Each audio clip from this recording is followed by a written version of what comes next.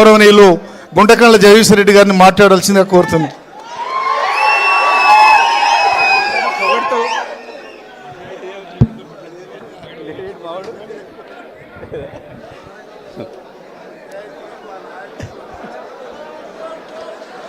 జై తెలంగాణ, జై కేసీఆర్, జై కేటీఆర్.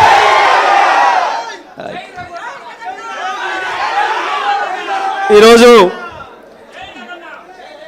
కేటీఆర్ గారి నాయకత్వంలో తెలంగాణ యువతరం ఎట్లా ఉత్సాహంగా ఉద్యమాన్ని ముందుకు తీసుకుపోవాలి, మరొకసారి తెలంగాణ పునర్నిర్మాణ ఉద్యమానికి కేసీఆర్ గారు మొన్న ఏదైతే పిలిపించారో జగిత్యాల్లో, ఆ పిలుపుని అందుకొని మొట్టమొదటగా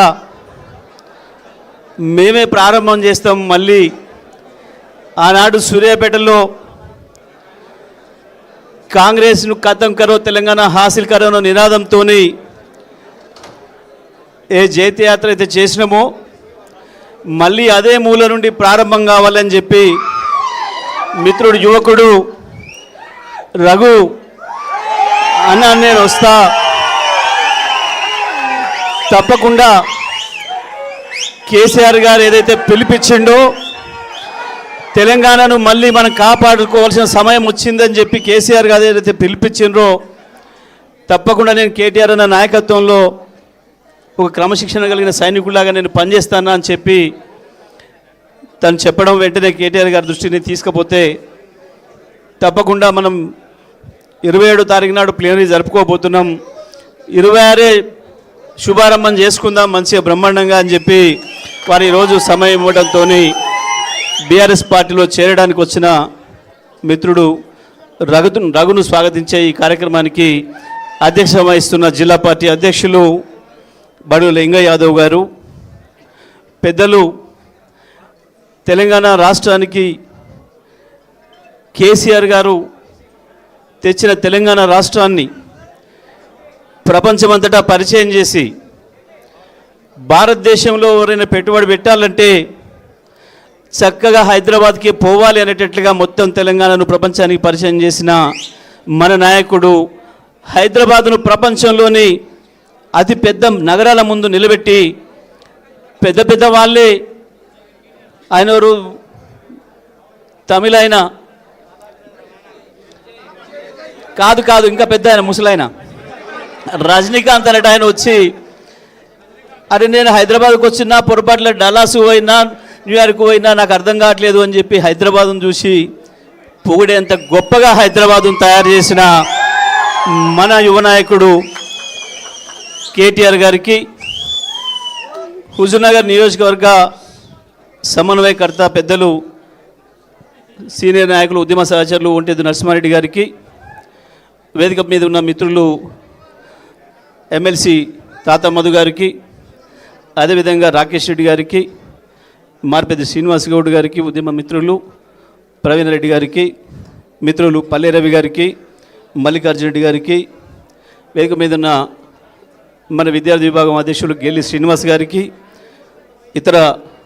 నాయకులకు పెద్దలు రావుల చంద్రశేఖర్ రెడ్డి గారికి, అన్నిటికీ మించి గత 2.5 సంవత్సరాలుగా హుజూర్నగర్ నియోజకవర్గంలో పులులే కాదు సింహాల్లాగా కొట్లాడుతూ ఉత్తమ్ కుమార్ దుర్మార్గాలను ఎదుర్కొంటూ నిలబడ్డ ప్రతి కార్యకర్తకి, ప్రతి నాయకుడికి మీ అందరికీ నమస్కారం తెలియజేస్తూ, ఈరోజు గతంలోనే కేసీఆర్ గారు తెలంగాణ రాజకీయంగా స్థిరీకరణ కావాలి, మొదలు తెలంగాణను బంగారు తెలంగాణ చేసుకోవాలంటే రాజకీయ స్థిరత్వం కావాలి అని చెప్పి ఆనాడున్న అన్ని పార్టీలో ఉన్న మిత్రులు పిలిచి ఐక్యం చేసిన సందర్భంలో తెలంగాణ అంటే పడని వాళ్ళు, ప్రత్యేకించి తెలంగాణను మొదటి నుంచి వ్యతిరేకిస్తున్న చంద్రబాబు అనుచరులైన మనసు నిండా విషం నింపుకున్న మీడియాలో కొంతమంది అనేక రకాల దుష్ప్రచారాలు చేసి తెలంగాణ ఐక్యతను దెబ్బతీయడానికి కుట్రలు చేసి, కాళేశ్వరం పైన కుట్రలు చేసి, కేసీఆర్కు వెన్నుదన్నుగా ఉన్న మహిళల్ని, ప్రత్యేకించి రైతాంగాన్ని కేసీఆర్ దూరం చేయడానికి రకరకాల పద్ధతుల్లో ప్రచారం చేసి 1.5% ఓట్లతోని ఇవాళ దుర్మార్గమైన కాంగ్రెస్కి అధికారం ఇస్తే ఏం జరుగుతుందో ఇవాళ తెలంగాణ రైతాంగం, తెలంగాణ మహిళలందరూ కూడా చూస్తున్నారు. నేను నిన్న పోయినా సూర్యాపేటలో కళ్యాణ లక్ష్మి షాదీ ముబారక్ ఇవ్వాలంటే దాదాపు 700 మందికి నిన్న ఒకటేసారి ఇచ్చినాం. వచ్చిన ప్రతి మహిళ అడుగుతున్నారు, మా తులం బంగారం ఏది అని.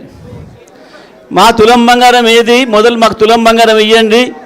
కేసీఆర్ ఇచ్చిన 1,00,000 తప్ప మీరు ఇచ్చింది ఏంది అని కాంగ్రెస్ నాయకుల్ని ముఖం పట్టుకొని అడుగుతూ ఉన్నారు. రైతాంగం ఇవాళ మా కేసీఆర్ ఇచ్చిండు, 73,000 కోట్లు కేసీఆర్ ఇచ్చిపోయిండు, మీ ముఖాలకు మీరు వచ్చి 2.5 ఏళ్ళైంది, ఇప్పటికీ 7,500 కోట్లే చక్కగా ఇయ్యలేదు, మా పరిస్థితి ఏంది అని ఒకవైపు రైతాంగం అడుగుతున్నారు. కాంగ్రెస్ దుర్మార్గం వల్ల, కాంగ్రెస్ నిర్లక్ష్యం వల్ల కేసీఆర్ గారు చట్టమే చేసి ఏకంగా ఆర్టీసీని ప్రభుత్వంలో కలుపుదామని చెప్తే కూడా మాకంటే ఎక్కువ మాట్లాడి మేము కూడా ఆర్టీసీ కుటుంబ సభ్యులమని చెప్పి మాట్లాడి ఇవాళ ఆర్టీసీ కుటుంబ సభ్యున్నే బలి ఉన్న దుర్మార్గపు కాంగ్రెస్ ప్రభుత్వాన్ని నిలదీయాలని చెప్పి ఒక దిక్కు ఎదురు చూస్తూ ఉన్నారు. ప్రత్యేకించి యువత అందరికంటే ఎక్కువ ఇంటింటికి పోయి కాళ్ళు పట్టుకొని కూడా కాంగ్రెస్ కోటేయండి మాకు నౌకరు వస్తుందని చెప్పి మోసపోయిన యువత ఇవాళ అంతకు మించిన ఆవేశంతో కాంగ్రెస్ పైన తిరుగుబాటుకు సిద్ధమైంది. ఇవాళ అన్ని విషయాలు కూడా పెద్దలు కేటీఆర్ గారు మన ముందు ఉంచుతారు. మొత్తం తెలంగాణ రాష్ట్రంలో ప్రజలందరూ ఏదైతే ఎదురు చూస్తున్నారో కేసీఆర్ గారినే మళ్ళీ తెచ్చుకోవాలి, కేసీఆర్ గారిని ముఖ్యమంత్రి చేసుకుంటూనే నిజంగా తెలంగాణ మళ్ళీ పునర్నిర్మాణ దశలో అడుగులు పడతాయి. బంగారు తెలంగాణగా చేసిన కేసీఆర్ను పక్కన పెట్టుకోవడం